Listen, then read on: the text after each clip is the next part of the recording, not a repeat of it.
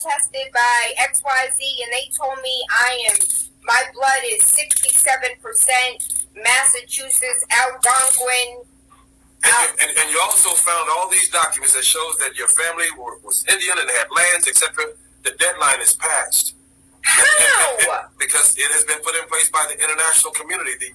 Barack Obama, under the Copenhagen Treaty, gave the United States Constitution away to the United Nations in 2010. This is why the courts are going rogue, because they no longer have to uphold the Constitution. But this is not something to be announced to all these radical white folks, because they'll start shooting up the place because the Constitution is gone. And speaking of shooting up the place, Barack has had over 18 incidents with machine gun fire being fired inside the White House and outside and from outside the White House. So we're dealing with a president that has suffered a great deal of attack in a lot of areas. So we're dealing with the president that can't come forward and say, "Black man, wake up. Black man, go and get these books. Go and realize that you are not from this continent of Africa. We're all a part of the diaspora. Every life on the planet is a part of the diaspora. But the key is for the United Nations and for all these conscious groups running around the country. The key is simple. How long have your people been here in America? We don't know. If your people were in America prior to the establishment of the United States, then the United Nations says that you are indigenous. Now see, that's key. Because if you are indigenous, then you have international protections as an individual, as a group. If you are not indigenous, then you don't belong here, as Donald Trump says. And he's right. He's moving on what he already knows exists in policy. But the public doesn't know it exists in policy. The public is not aware that the Sustainable Development Agenda and the claims against America put in motion the ability for the United States politicians to start removing African Americans and Mexican Americans from this country, which is what they've been trying to do since they came in. James Monroe and a few others with $16,000 purchased the lands called Liberia. And then they began shipping thousands of Negro Indians to Liberia to populate those lands of Liberia. So Liberia wasn't already populated? The people in Liberia know that they are from America. Hold on, what? And we found in the British National Archives that Great Britain, during the Revolutionary War, were taking their enemies, Native Americans, they called them their enemies, out of the Americas and putting them in West Africa. Now, I might be wrong, but I haven't seen too many people that look like the Choctaw, the Chickasaw, the Cheyenne, the Shawnee, the Iroquois, the Navajo, the Hopi. I haven't seen too many of those people run loose in Africa. They took people that look like me and put them in Nigeria, where the Queen owns that land of England.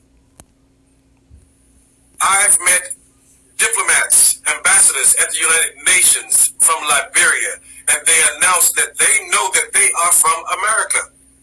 They were shipped to America as immigrants, not IMM, but E-immigrants. One who shipped from his own home to another home.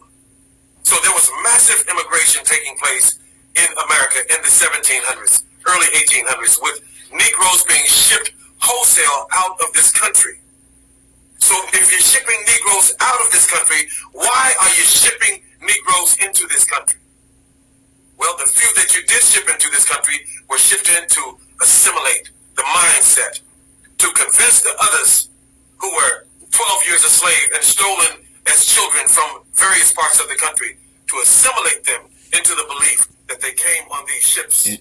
And that's what they've shown us in Django Unchained. Do you see that in the beginning? They were taking them from somewhere in Texas, right, to go work the plantations in the South. 12 years a slave. Took him from his lifestyle he had in New York, shipped him down south. Right? And this is the whole idea of calling someone black and calling someone Negro. You took away their identity. They can't tell you what tribe they came from. See, Samuel Seawright, right, the guy that was the judge over the Salem witch trials, right? He wrote a letter explaining that he didn't believe it was right for the churches to attack and kill the Ethiopians in the Sunshine Hills. Now you gotta ask yourself something. What were Ethiopians doing here when the Pilgrims first landed? Why is there Ethiopian writings in caves in Kentucky? What were they doing here? This is what's been done. There were no ships. Not the way that they put the ships. There were less than 350,000 Africans that came to these lands. But they said it's like 1.7 million, though. And that's the thing. Same thing with the coronavirus. They're not proving it. They're putting out a number, but they're not showing you, all right, this lineage is how you can find them. It's just their numbers. Take it or leave it. It was in the millions. That's history tells us. Books tell us. I mean, check this out. In Jamestown, Virginia, a Spanish conquistador came from Mexico with 20 Negroes. The first signs that historically were held in those sites to tell you it was a conquistador from Mexico who brought him here, right? And brought him to Virginia. And they say, oh, these were Africans years later. It didn't say he came from Africa. He said he came from Mexico up the coast. The Americas, understand, during this period, there were no motors on ships. Use your common sense and look into the National Geographic and see what the current flow of the ocean is. It flows from the tip of Africa straight down into the Caribbean, bypassing the United States altogether. So you're saying millions were shipped to the Caribbean, then those millions were then shipped to the United States? No, it's not in anybody's records. The records that exist reflect that Negroes were removed from these lands, not brought to these lands. Mm-hmm. So what does that mean today in 2016? In 2016,